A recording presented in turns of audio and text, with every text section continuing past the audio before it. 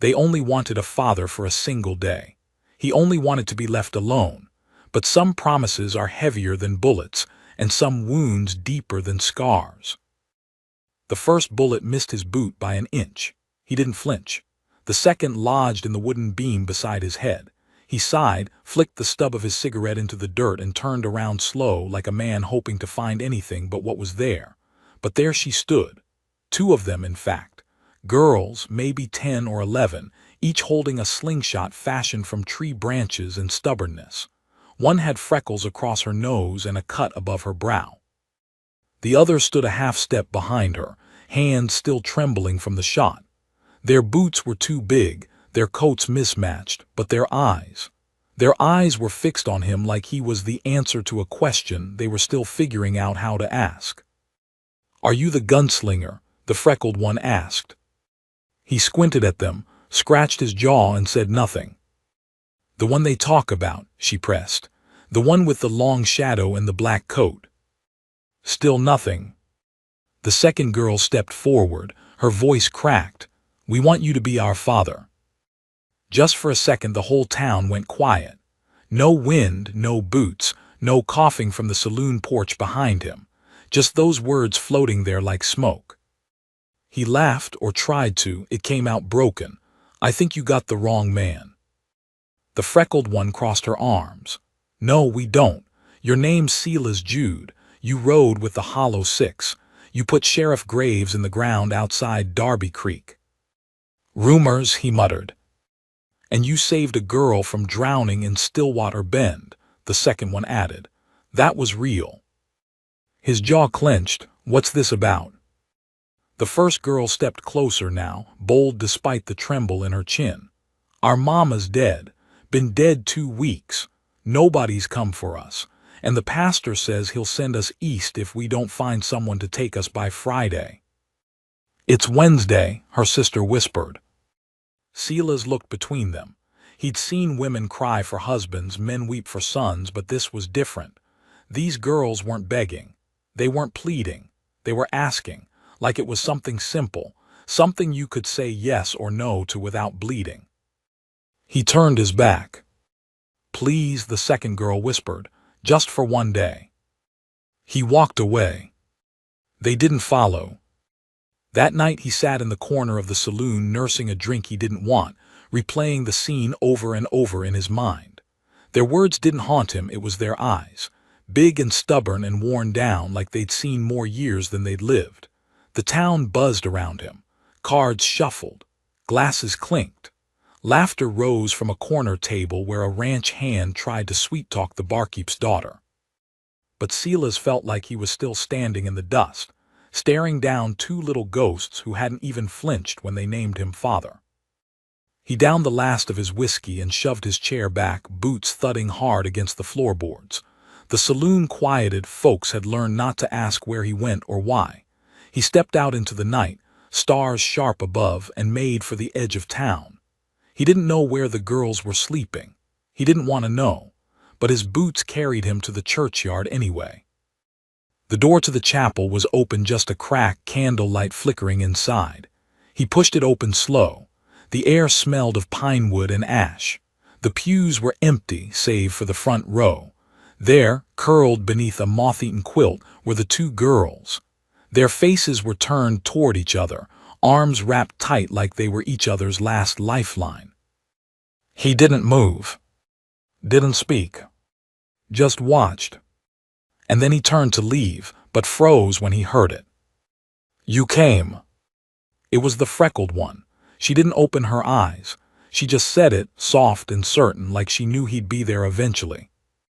Silas exhaled through his nose, rubbing a hand across his face. "Go back to sleep." "Will you stay?" her sister asked. He hesitated, then sat in the back pew, hat in his hands, and whispered, "Just for a little while." The next morning he woke with a crick in his neck and a weight in his chest. The girls were gone, so was the quilt. He stepped outside just in time to see them by the well, hauling water with practiced hands. They didn't look surprised to see him, didn't look happy either, just ready, like they'd expected it all along. "Breakfast," the freckled one said. If you're gonna be our father for the day, you gotta eat with us." He frowned. "I didn't agree to that." "You didn't say no," she shot back. So he followed them, not because he wanted to, but because he couldn't make himself turn away again. They sat in the back of the chapel, bowls of thin porridge and hard bread passed between them. The girls talked about their mama, about how she used to sing even when the world was falling apart, about how she said the sky always cleared after the worst storms. She used to say thunder was just heaven clearing its throat, the younger one said, so we wouldn't be scared. Silas listened, didn't speak. Every word scraped something raw inside him. He didn't ask their names, he should have, but some things felt too fragile to touch. After breakfast, the freckled one stood. "We got a list," she announced. "A what?" "A list, things fathers do." He blinked. "Things like what?" She pulled a crumpled paper from her pocket. "Fix something, tell a story, walk with us to the hill where the trees part, sit on the porch, laugh, teach us something, not fight, not leave." Silas stared at the paper like it was a gun pressed to his heart. "You made this?" She nodded. "Mama helped us start it before she got sick." "And you want me to do all this? Just for today?" He ran a hand down his face. "This is insane." She folded the paper gently like it was sacred. "You said you'd stay, that's the start." The first thing they did was fix the chapel step. It had been loose for weeks. The freckled one handed him a rusted hammer and 2 bent nails. The younger one held the board steady. Silas worked in silence. The girls watched in silence. When it was done, the younger one whispered, "Mama couldn't fix it. She always said it'd take someone strong." Silas stood back aching and said, "She was probably stronger than me." They walked after that, past the edge of town, up the narrow trail where the trees thinned and the sky opened wide above the valley. The girls pointed out birds, told stories of hiding here during storms, of chasing each other until they couldn't breathe. Silas listened. Every now and then he asked a question. They answered like they'd known him forever. At the top of the hill, they sat beneath a crooked pine. "What now?" he asked. The younger one pulled out a folded scarf and tied it around his wrist. "Mama said fathers wear things we make." He stared at the ragged fabric. It was stitched with uneven thread, a little hard in the corner, his throat clenched. "What's this for?" She just smiled. "For remembering."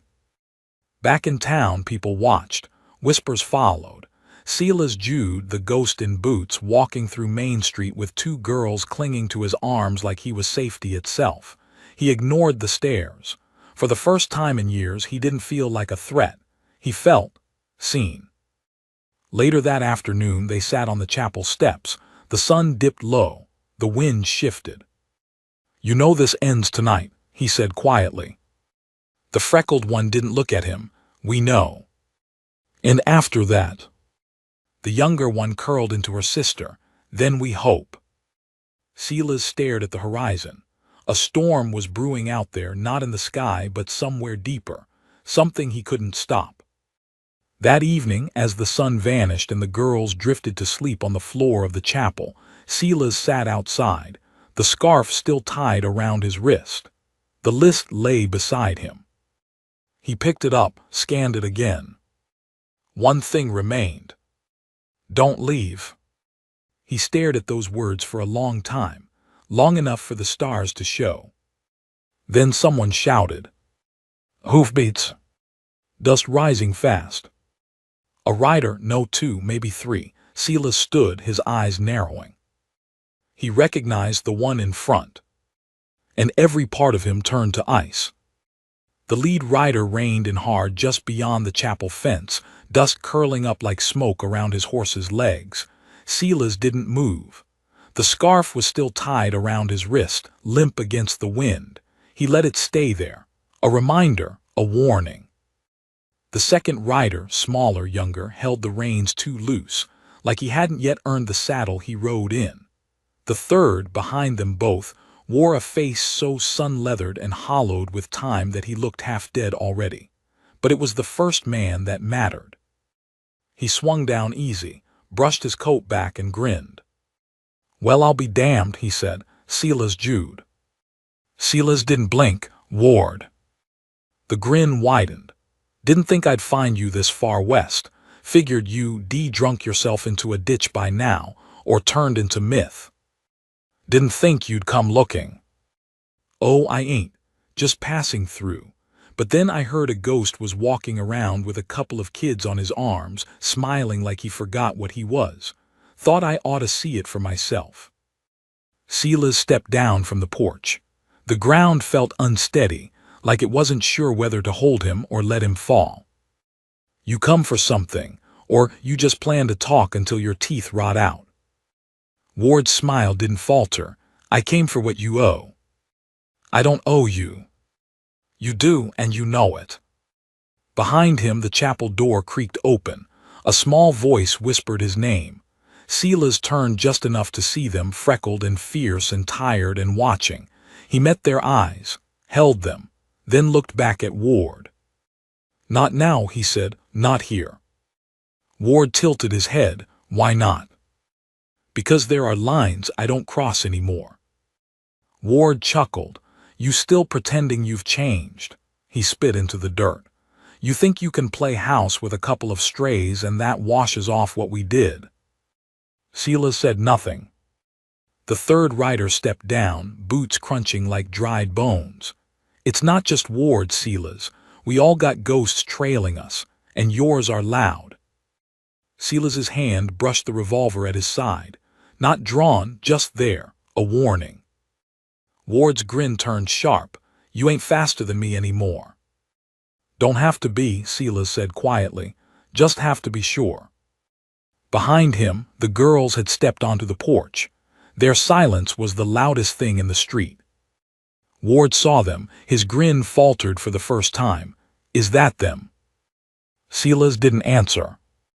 "I heard rumors. One of 'em looks like her." "Don't," Silas said. Ward blinked. "Hell, Silas, is that why you're playing daddy?" Silas moved faster than thought. He was on Ward in a blink, fist in his collar, shoving him back against the fence post hard enough to rattle teeth. The other riders reached for iron, but Silas didn't draw, just pressed his knuckles into Ward's throat. "You say her name," Silas growled, "and I'll forget every promise I ever made." Ward wheezed, laughing through the pressure. "There he is." Silas let go. Ward staggered, coughing, adjusting his coat. "This ain't over," he rasped. "It is for now." Ward glanced toward the girls one last time, then mounted. "Still bleeding from that same old wound, huh?" Silas didn't respond, just watched as they rode off, kicking up dust and ghosts with them. When they were gone, the street stayed quiet. The girls hadn't moved. Neither had Silas. The scarf on his wrist fluttered slightly in the wind. Finally, the freckled one spoke. "Who was that?" He turned to face them. "Nobody." The younger one stepped forward. "Why were they angry?" Silas crouched to meet her eyes. "Because people like that don't understand how to let go." She looked at his hand, still curled like it had never left Ward's collar. Then she slipped her fingers into his and whispered, "We're not scared." He nodded, but his voice cracked when he replied, "You should be." That night the chapel felt smaller, the air inside heavier. The girls slept, curled like commas in the unfinished sentence of their lives. Silas sat near the door, gun in his lap, the list unfolded beside him. The final line stared up at him like a dare. "Don't leave." He closed his eyes. When he woke it was still dark, but something had changed. A sound, a whisper in the silence. He rose, gun in hand, and stepped outside. A horse stood alone near the fence. No rider. Just a note, pinned to the saddle with a knife. He pulled it free. "They won't stay safe unless you pay what's due." No signature. But none was needed. He burned the note in the chapel stove. In the morning, the girls didn't mention the scorch marks on his fingers. They only asked what came next. So he gave them what he could. They went fishing, using crooked branches and twine, caught nothing, but the laughter was real. They walked to the old cemetery and planted wildflowers where no names remained. They made a pie from canned peaches and stale biscuits. The freckled one called it victory pie. The younger one called it memory pie. Silas just called it dinner. He told a story, not one about guns or ghosts or outlaws, but about a boy who once believed the stars were old friends, and how he used to name each one before sleep took him. "You don't do that anymore?" the younger asked. He shook his head, stopped looking up. "Why?" He didn't answer.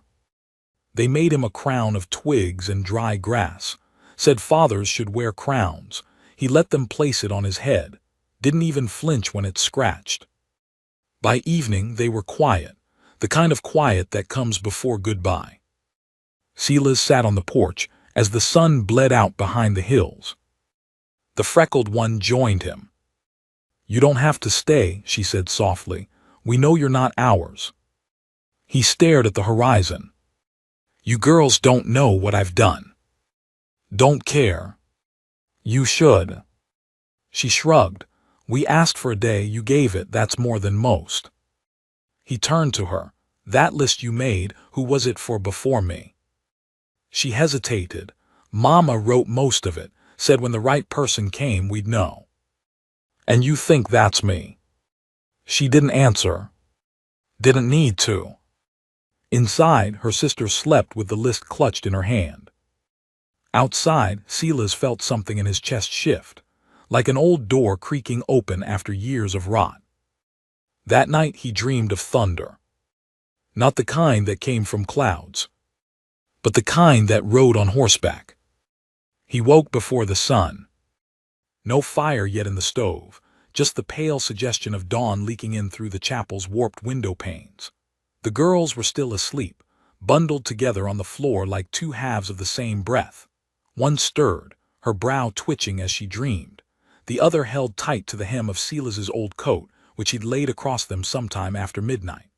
He watched them for a while, his breath misting faintly in the cold air, and wondered how long it had been since anyone had slept beside him without fear. Not counting the dead. He stepped outside quietly, boots crunching frost as he moved toward the edge of the trees. His revolver was slung low against his hip, but his hand didn't rest on it, not yet. He didn't need it for what he was doing. He needed silence, distance, a place to think. The woods behind the chapel sloped downward into a narrow glade where wild sage grew in patches, and a dried-up creek cut across the earth like an old scar.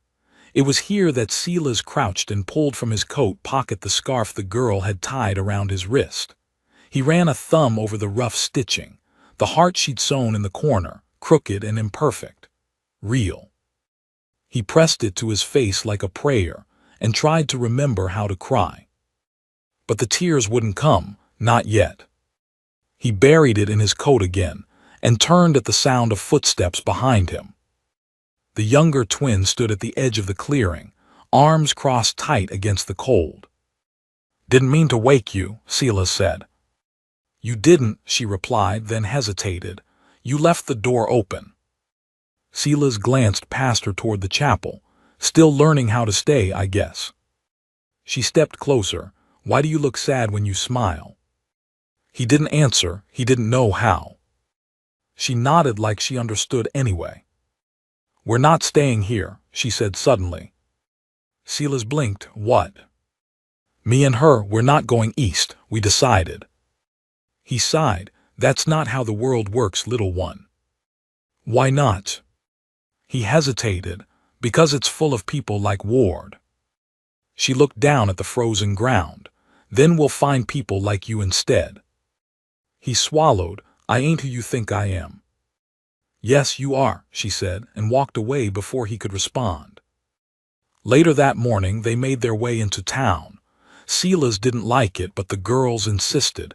They wanted ink and paper and some ribbon if the store had any. He didn't ask why. He didn't ask many things anymore. The townsfolk watched as they passed. Whispers trailed them like smoke, ghost stories wearing dresses and braids, flanked by a legend who never was what they'd imagined. The general store was small, its windows fogged and its bell rusted. Inside, the warmth was welcome. The shopkeep, an older man with one good eye and hands like cracked leather, gave Silas a long look before nodding once. Respect or warning, it was hard to say. The girls scoured the shelves. When they returned to the counter, they placed down 3 items: a spool of blue ribbon, a stub of charcoal, and the cheapest folded paper the store had. "That all?" the shopkeep asked. The freckled one nodded. "Yes, sir."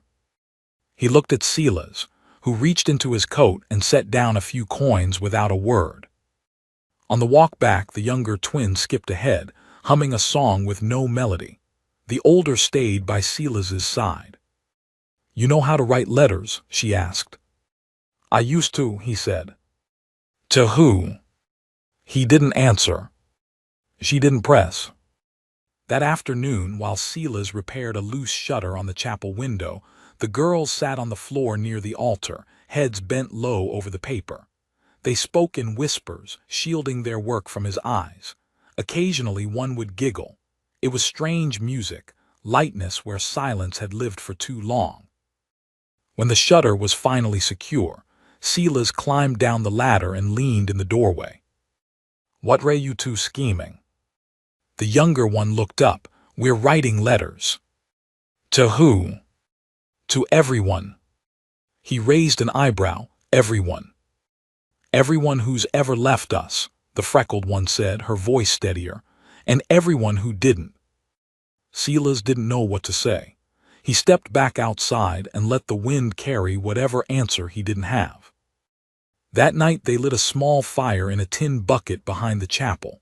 The girls fed their letters to it one by one, whispering the names aloud as the paper curled and turned to ash.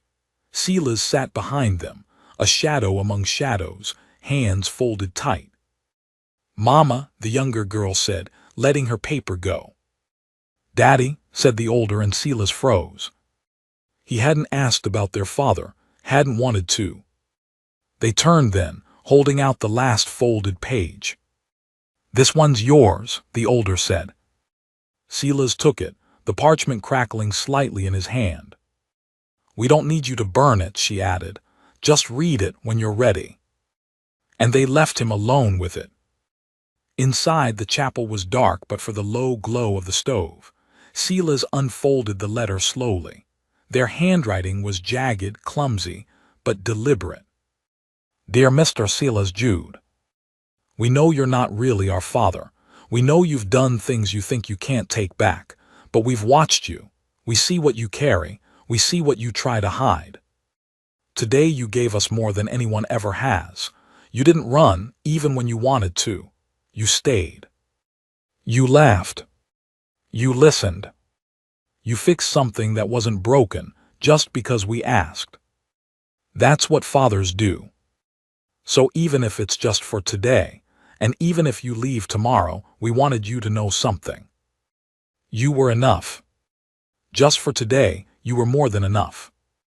Thank you for giving us something to remember. With love, Cora and June." He read it twice, 3 times, then folded it with hands that shook. And finally the tears came.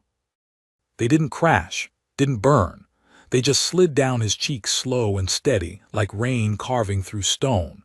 He covered his mouth with one hand, hunched over, and let the grief come. Grief for the men he'd killed. Grief for the woman he'd loved and lost to fever and time. Grief for a little boy who had once called him father and hadn't lived long enough to take his first step. Grief for the years he'd buried everything good because the bad had been louder. And somehow grief for 2 girls who weren't his, but felt like his anyway. He cried until he couldn't breathe. Then he folded the letter, tucked it into his coat pocket, and whispered into the firelight, "I won't leave." But outside, under the stars, the storm he'd feared was already on its way. It was just before dawn when Silas woke to the sound of boots outside the chapel. Not one pair. Several. He didn't need to see them to know it was Ward again. The way the wind dropped to a hush, how the birds stopped singing, the way the ground seemed to hold its breath, these were signs men like Silas knew by instinct. He was on his feet in seconds, revolver drawn, coat shrugged on, and hat pressed low over his eyes. The girls were still asleep, curled together like they'd been carved from one soul instead of two. He didn't wake them yet. He just watched them, let the silence wrap around him, and gave himself 5 more heartbeats to pretend everything might be okay. Then he crossed to the door and cracked it open. 4 riders, same 3 from before Ward, the wiry kid with the loose reins and the hollow-eyed elder, but a 4th had joined them, taller, stockier, dressed in a duster that hadn't seen dust in years. His hat was wide-brimmed, clean, the kind of man who used polish to hide the rot beneath. He wasn't smiling. Ward tipped his chin. "Morning, Silas." Silas stepped out slowly. The cold bit into his bones, but he didn't show it. "What's your game?" he asked flatly. "No game," Ward said.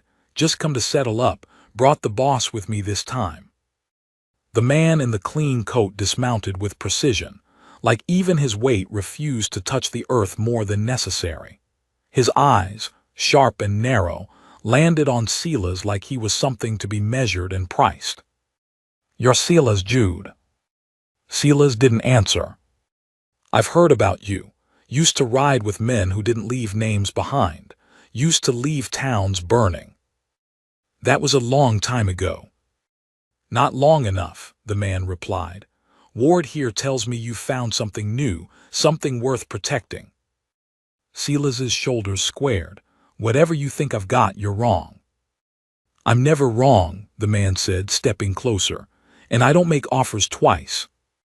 Silas glanced toward the chapel door, just a flicker, but the man caught it.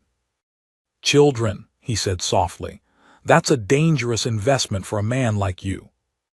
You come here to threaten kids." "I came here to collect," the man said, voice sharpening. "Ward says you left something unfinished, that you cost me men and coin when you walked away from the Hollow Six, that you knew too much and carried it too far. I let it slide back then. Figured you'd drink yourself into a coffin, but now you're planting roots." Silas took a step forward, slow and certain. "You lay a hand on them, and I'll bury you with your own tongue." The man didn't flinch. "I'm not here to kill you, Silas. I'm here to give you a choice, one I don't usually give." Silas raised an eyebrow. "You come with us, finish what you left undone. Ride one more time, just enough to settle the debt. Then you vanish, walk away clean, leave the kids, leave the town, no blood." "And if I do?" The man smiled faintly. "Then the blood won't be yours." Something inside Silas snapped, but he didn't move. He kept his voice low, steady. "You've got till sundown to get out of my sight." Ward looked like he wanted to laugh, but the man turned without a word, mounted his horse, and rode off. The others followed. Silas waited until the dust settled, then exhaled through his teeth. Behind him, the chapel door creaked. The girls stood in the doorway, barefoot and pale, their eyes wide with the weight of something they didn't yet understand, but knew was heavy. "Who was that?" Cora asked. Silas didn't lie. "Trouble." June took a step toward him. "Are we in danger?" He hesitated, then nodded. And something in their faces changed. Not fear, not quite. It was quieter than that, a slow understanding, like they'd lived enough to know that safety was always temporary. "I'm not leaving you," Silas said, voice rough. They didn't ask him to promise. They just walked to him, one on either side, and each took a hand. That afternoon, the town knew something was wrong. Silas moved through the streets like a man caught between storms, his presence heavier than usual, his eyes distant. He stopped at the general store, the feed house, the old stable behind the inn, spoke in low tones to the men who would still speak to him. He wasn't asking for help. He was saying goodbye. That evening, he taught the girls how to shoot. Not with bullets, just rocks and bottles and lines drawn in the dirt. Cora steadied her aim like she was born with iron in her spine. June laughed every time she missed, then tried again without complaint. "Are we gonna have to run?" June asked after a while. "Maybe," Silas said, "but I hope not. And if we do, then you don't stop until your lungs give out and your legs turn to water. You hear me?"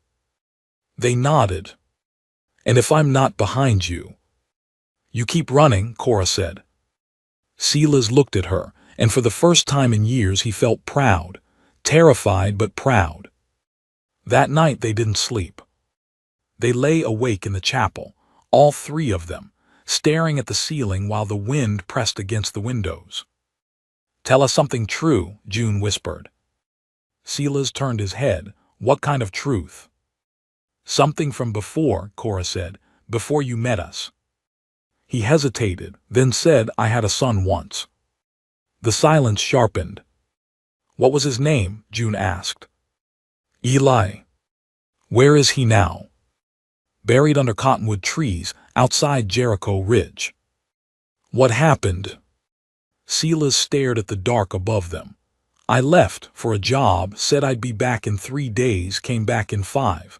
By then the fever had taken him, and her." He didn't say her name. Didn't have to. The girls were quiet. Then Cora shifted closer, her hand finding his. "You came back late," she said, "but you came back." He didn't speak, couldn't. Sometime before dawn, he dozed. And sometime after that, the fire burned low. And sometime after that, gunfire. One shot. Close. Then a second. Closer. Silas was on his feet before he was awake. He shoved the girls behind the pew and pulled his revolver. Outside, the air was thick with smoke. Something was burning. He cracked the door open and saw the stable engulfed in flames. The horses, every one of them, trapped inside screaming. He didn't have to wonder who did it. Ward was standing just beyond the firelight, grinning. No words, no warnings. Just smoke and ash and vengeance. Silas stepped outside. Behind him, the girls shouted for him to wait. But he didn't stop. Not this time. The heat from the burning stable slammed into him the moment Silas stepped into the yard. Sparks leapt skyward like fireworks turned bitter, ash falling soft as snow. The horses screamed louder now, a sound that didn't sound like animals anymore. It sounded human, helpless, afraid. The whole damn world reeked of smoke and cruelty. Ward stood just beyond the reach of the fire, his silhouette flickering like a shadow trying to escape its host. He wasn't grinning anymore. He was watching. Watching Silas. Waiting to see what he'd do. Silas didn't give him the satisfaction of asking why. He already knew. Ward was peeling the edges of his soul back, trying to get him to slip, to fall back into who he used to be. Blood for blood, eye for eye, burn it all to the ground. But Silas wasn't that man anymore. He still stepped toward him. "Ward didn't move. Told you I'd come collecting." "You burned innocent animals for a debt that ain't yours," Silas said, his voice low and steady. "What's next? You gonna shoot a kid?" Ward shrugged. "Only if you make me." Silas took another step. "You've always been a coward." Ward's jaw clenched, but he smiled. "I've just always known how to win." Behind Silas, he heard the chapel door open. The girls' voices shouting his name, begging him not to go further. One of them sobbed. June, probably. She cried quieter than her sister, but the pain ran deeper. He didn't look back, couldn't. "You ain't gonna win this one," Silas said. "Oh, I already have," Ward said, and nodded toward the fire. The flames surged. Part of the stable collapsed with a roar. Horses shrieked one last time and then went silent.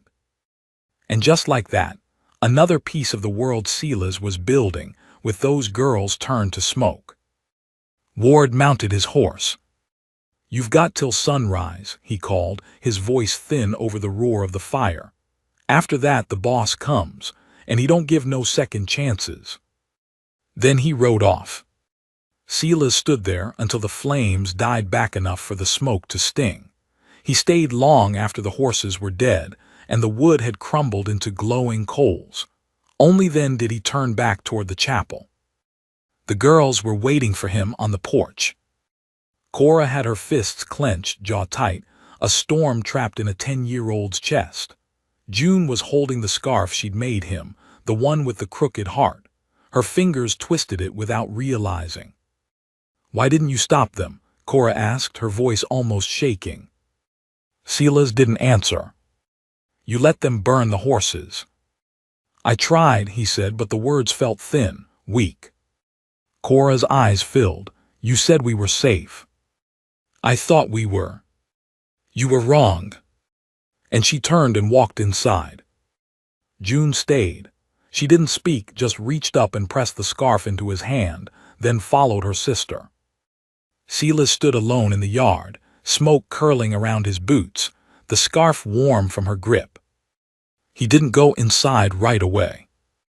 Instead he walked, past the edge of town, down to the stream, then further through the low hills where the cottonwoods grew. He needed space, air, something bigger than pain.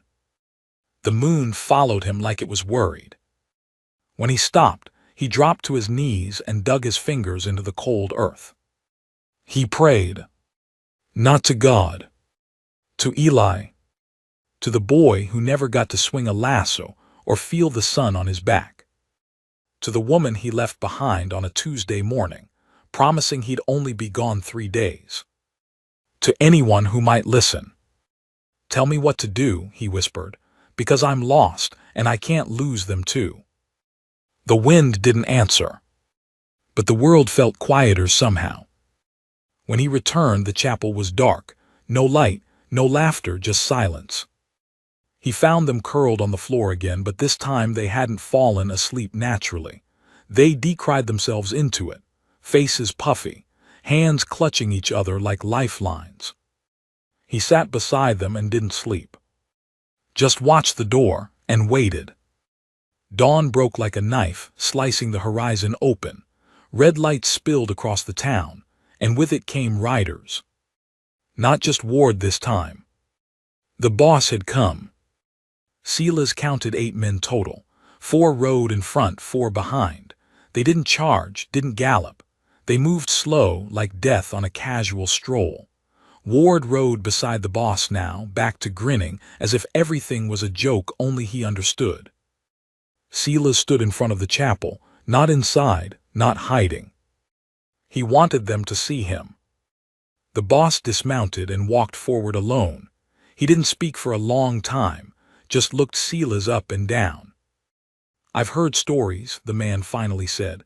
"Thought you'd be taller." Silas didn't reply. "You made a mistake walking away," the boss said. "You made a worse one staying. Roots make you slow, sentimental, weak." Silas tilted his head.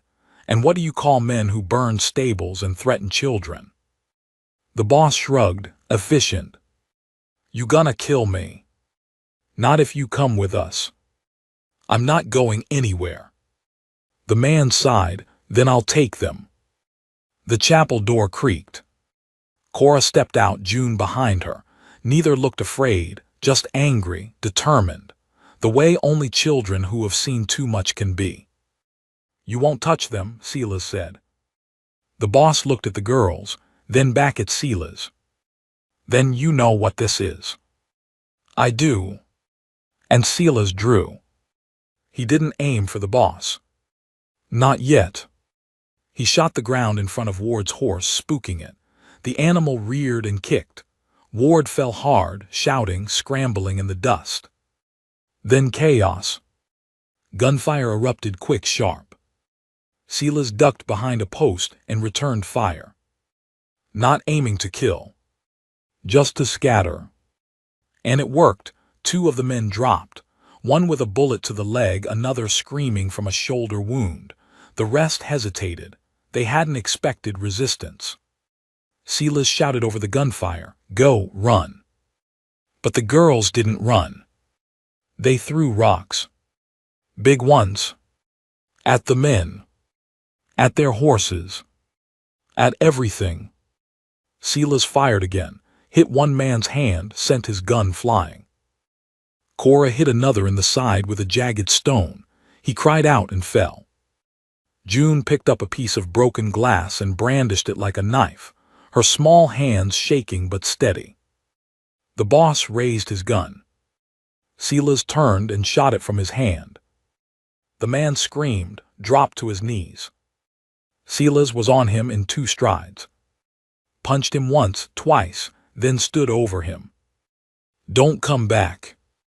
The man spat blood. "You're gonna regret this." "No," Silas said, "you are."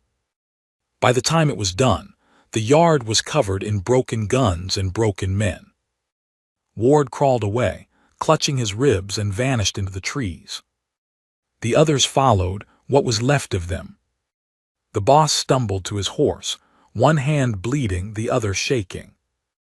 He looked back once, and then he was gone. Silas stood in the yard, breath ragged, gun low. Behind him, the girls were silent.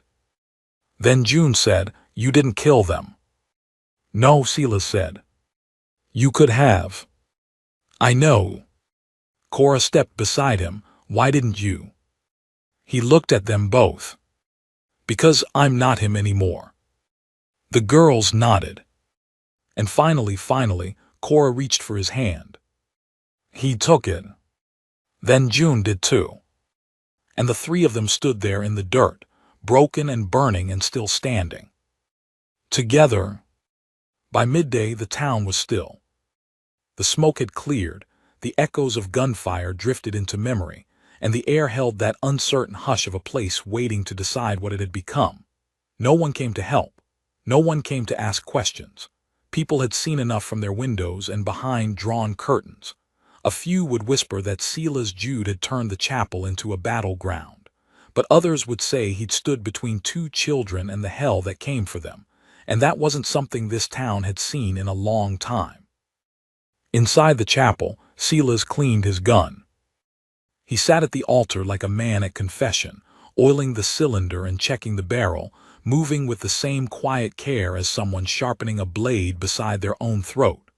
The girls sat across from him, Cora braiding June's hair without speaking.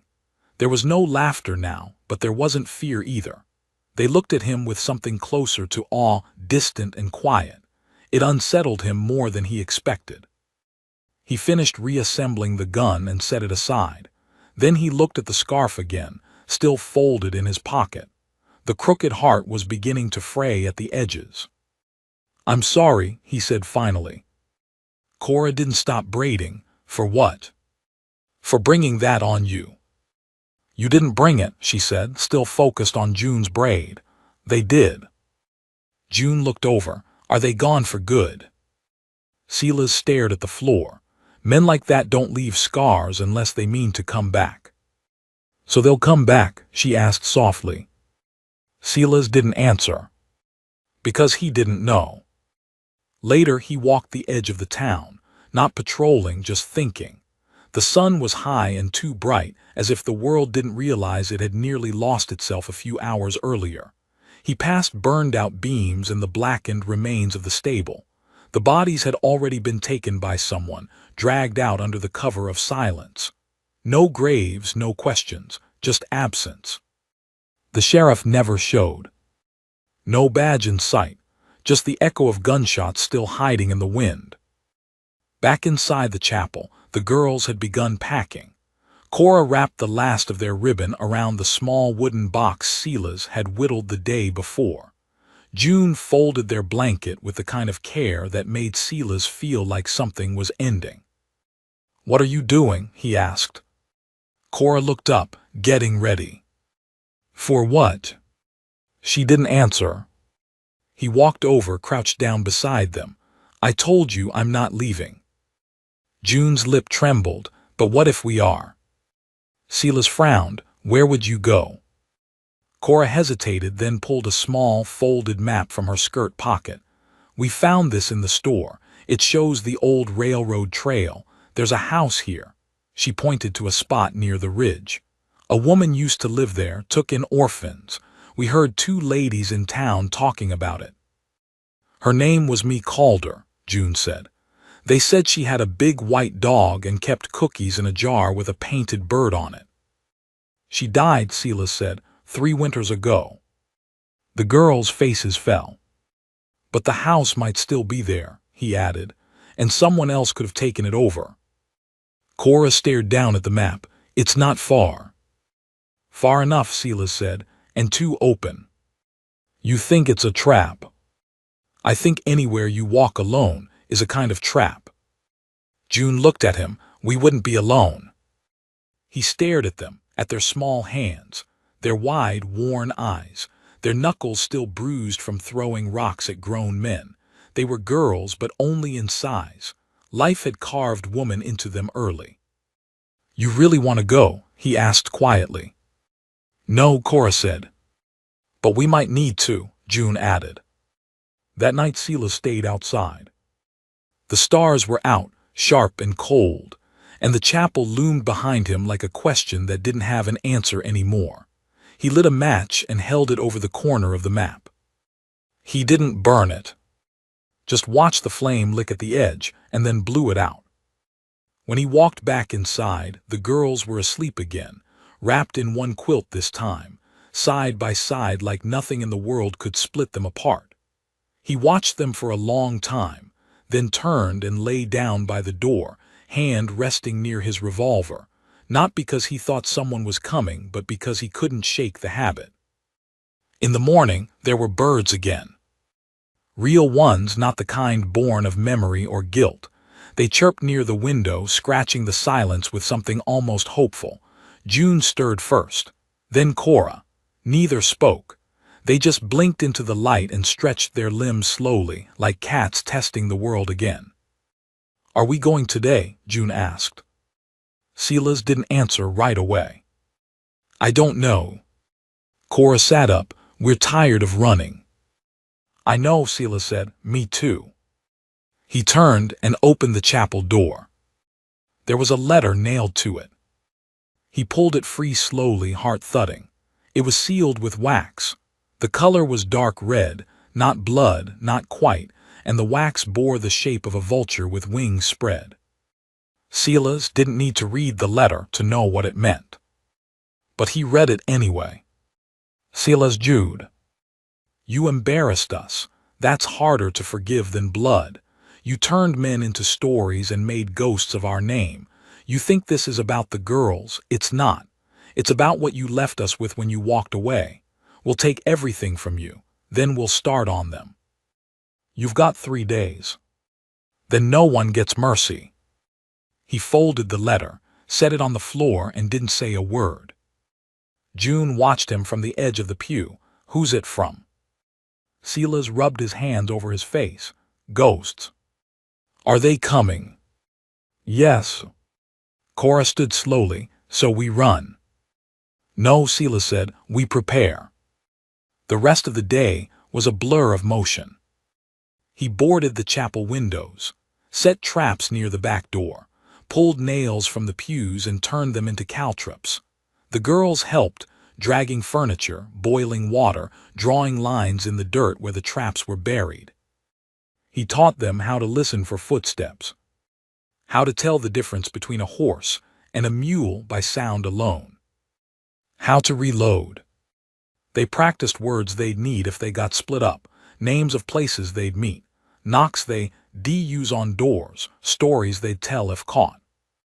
By sunset, the chapel wasn't a place of worship anymore. It was a fortress. That night Silas cooked them rabbit stew over the stove. It wasn't much, but they ate in silence, chewing slowly, as if they knew they needed strength more than taste. After, Cora reached into her pack and pulled out something wrapped in cloth. "We made something," she said, "before the men came." Silas watched her unwrap it. A wooden horse, crudely carved, its legs uneven, but the eyes were careful, gentle, the same way he'd carved the bird days earlier. We want you to keep it, June said. Silas's hands trembled as he took it. I ain't good at keeping things, he said. Then maybe this time try. He nodded, said nothing. That night he didn't sleep at the door. He sat by the window, horse in one hand, revolver in the other, and waited for the sun. The sun didn't rise so much as it bled into the sky, a slow red wound tearing across the horizon. Silas sat still by the window as the first light scraped against the chapel walls, his eyes raw from a night without sleep. He hadn't moved in hours. The girls lay curled under the pews behind him, exhausted from everything a child should never have to do, setting traps, stacking furniture, memorizing escape paths. They'd fallen asleep whispering to each other, faces close, hands still joined even in sleep. The wooden horse sat on the windowsill beside him. He hadn't let it go all night. Outside the road was quiet, but it was the kind of quiet that came before a scream. No wind, no birds, no movement, just the hush of a world bracing for impact. Silas exhaled slowly. 3 days. That was the promise. Today was the third. He stood and stretched, joints cracking like gunfire in the silence. He crossed the room and knelt beside the girls, gently brushing the hair back from June's forehead. Time to wake up, he whispered. She blinked once, then twice. Her breath caught in her throat like a sob she didn't want to release. Cora stirred next. She sat up fast, scanning the room for danger. She was already different, sharper, more alert, like the tension had become her spine. They dressed quickly in silence, no words needed. The chapel had become their skin. Silas handed them each a slingshot, small, worn, reliable. You remember where to run. Cora nodded. If the front breaks, we go out the cellar hatch. If the back goes, we head through the kitchen and out the fence line, June added. If you get separated. We don't, Cora said, not ever. Silas gave a soft nod. Good. They moved like a unit now, girls and Gunslinger, defenders of a broken church with nothing but wooden boards and borrowed courage between them and whatever was coming. He watched them take their positions. June tucked herself beneath the altar, the knife hidden in her boot now gripped tight. Cora crouched near the side door, one eye on the back window. He stood by the main door, revolver heavy in his grip. Then they waited. And waited. And waited. Until the silence began to ache. Then finally hooves. A slow rhythm, measured, certain. Not like Ward's men before. Not loud, not rushed. This was slower, hungrier. Silas stepped forward and opened the door just a crack. 5 riders. Not 8, not 10, just 5. That's all it took when they were the right 5. He knew them all. Larkin, the one-eyed man who used to sleep with dynamite under his cot, just in case. Mills, the preacher's son who turned killer after someone burned his family alive. Roscoe, who never said more than 2 words, but was the fastest draw Silas had ever seen. Cass, long braid, longer rifle, a shot so true she could clip a crow's wing from 100 paces. And then him. The boss. Not the one from before, the one with the polished boots and the vulture seal. The boss. Rhett Cale. Silas hadn't seen him in 9 years, 2 months and 3 days. But he'd never forgotten the shape of that man's shadow.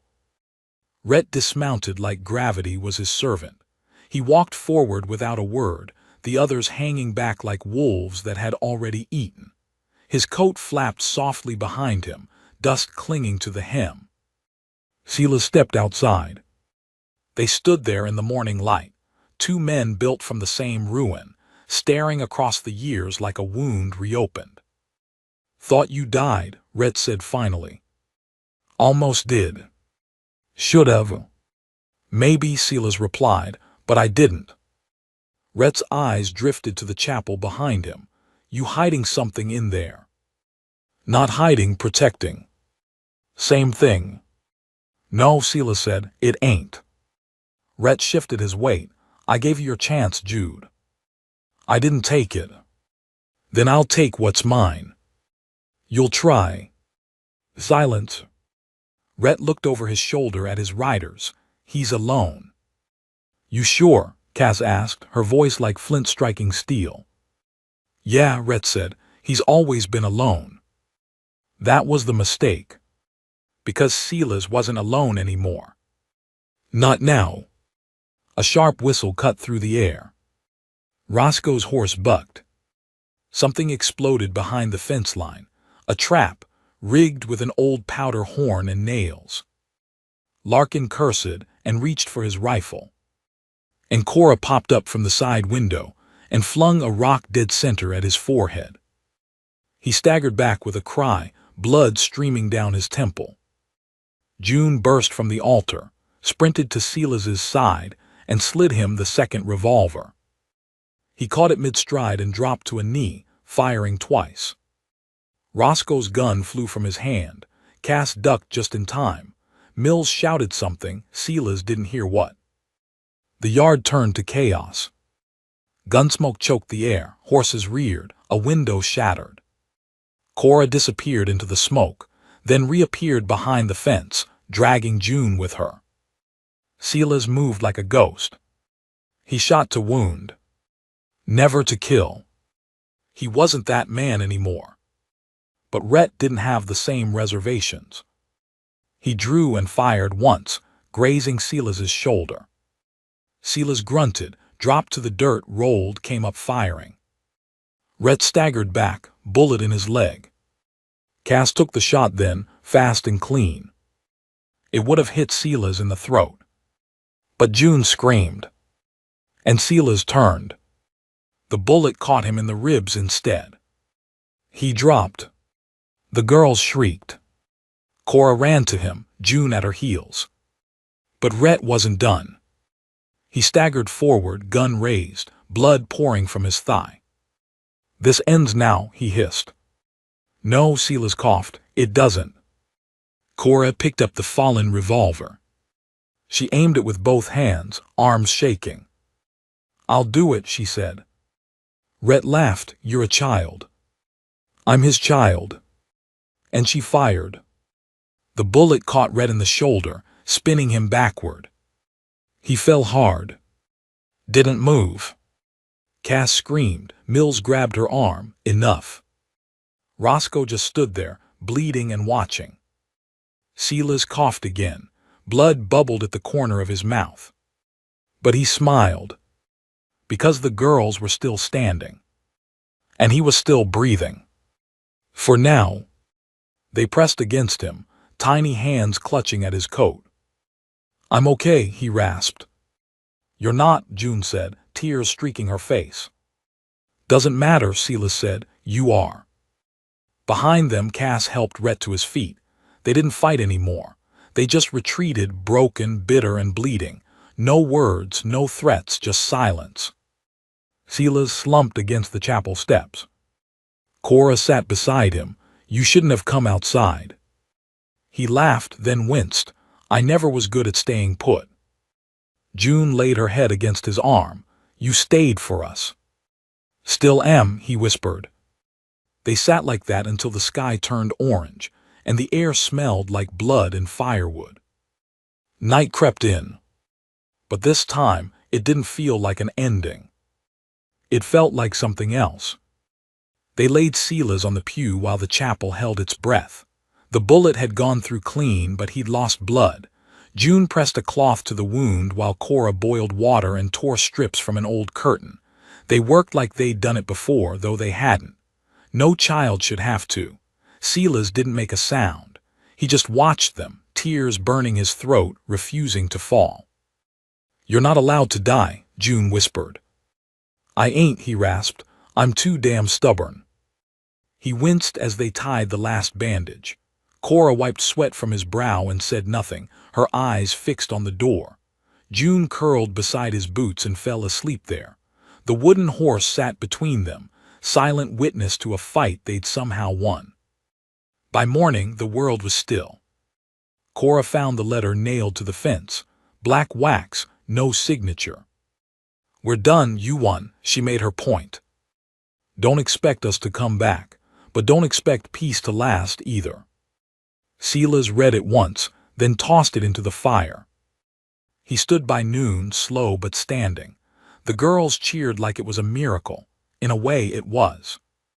They ate soup, laughed a little, fixed a broken shelf. June painted a crooked sun above the altar. Cora cleaned the yard. Then on the porch, June asked softly, "Can we stay?" Silas looked at her, then at Cora, watching from the doorway. "You want that?" "We do," Cora said, "if you do." He looked down at his hand, at the scar, the bandage, the little wooden horse. Then nodded once, "Then we stay." They repaired the chapel with love and bent nails. Silas limped, but he worked. The girls planted flowers near the step. The town kept its distance but slowly began to return. No one asked what happened, but everyone noticed the names carved above the chapel door. Cora June Jud. One morning, June sat beside him on the porch. "You ever gonna cry?" He said nothing, just looked out at the dirt path where his past used to chase him. The little horse sat on the rail, its carved legs rough and uneven. He reached out, touched it. And the tears came. Slow, quiet. June didn't speak. She just held his hand. They stayed. And for the first time in a long time, Silas Jude didn't wake each morning waiting for the past to catch him. He woke to laughter, to breakfast, to a family, even if just for a day that never quite ended.